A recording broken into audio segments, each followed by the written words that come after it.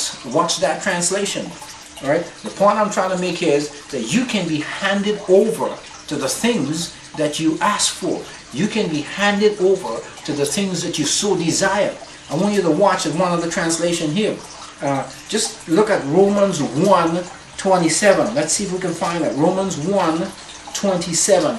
Listen to what it says here in verse 28. I'll just read from 27. It says, and likewise also the men, leaving the natural use of the woman, burned in their lust one toward another, men with men working that which is unseemly, and receiving in themselves that recompense of their error which was meet. Listen to this. And even as they did not like to retain God in their knowledge, God gave them over to a reprobate mind to do those things which are not convenient. God gave them over. You see, He gave them to something. He gave them to their lust. If lust is what you want, you see, if that's what it is and you don't want to refrain or turn from it, you can be handed over to it. That's the point I'm making. Watch this. One more example about this language. In 1 Timothy 4:15. Let's see, 4:15. I'll just go back to verse 13. He's talking to Timothy about the gift that he has received through the imposition of hands. Timothy is a teacher. He says, these things command and teach. Let no man despise thy youth, but be thou an example of the believers in word and in conversation, in charity, in spirit, and faith, and in purity. He's given him this command, but I want you to watch this. He says, till I come, give attendance to reading, to exhortation, to doctrine. Right? He says, neglect not the gift that is in thee. There's a gift that's in you, Timothy. Do not neglect it. He says, which was given thee by prophecy, with the laying on of the hands of the prophecy, of the presbytery. Listen to what he says here in 15. He says, meditate upon these things. Give thyself wholly over to them. Give thyself to them. He says, that thy profiting may appear to all. Take heed unto thyself and unto the doctrine. Continue in them. You see, and in doing this, thou shalt both save thyself and them that hear thee. You understand what I'm saying? I'm saying that you can be handed over to something. You ask for joy. What does Jesus say about joy? Jesus says in John 15:11, let's see.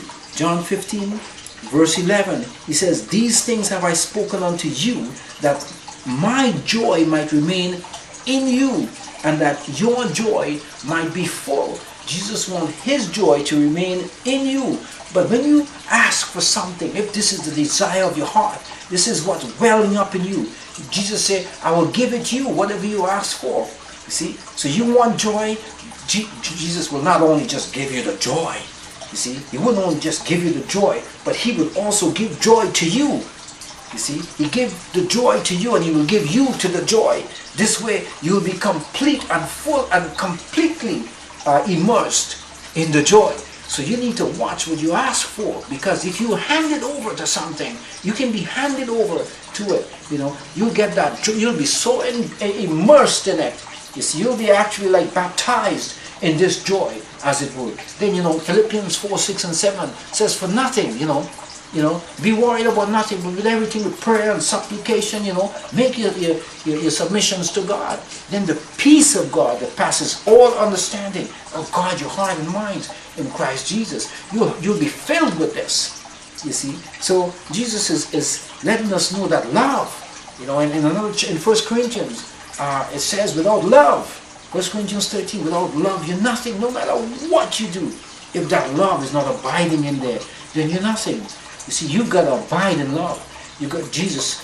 The Bible says God is love.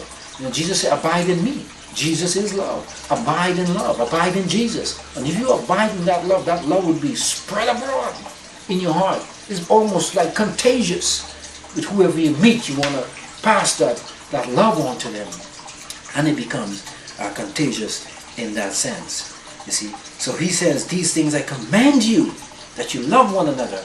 It's not just do it if you feel like as a Christian. No, this is actually a command. It's an imperative. It's a positive statement. I want you to love one another, he says in verse 17. So we go on. As we come to an end, he talks about the world hating them. You know, he says this whole chapter Jesus speaks. The whole chapter he speaks and he gives these commands. You know, he talks about the allegory about the vine. And then he goes on to say, you know, he says, if the world hates you, you know, ye know that it hated me before it hated you. The world is not just going to hate you like this. The only reason why it's hating you is because now you are abiding in me. You see, it hated me first, and anybody who abides in me, they're going to be hated by the world.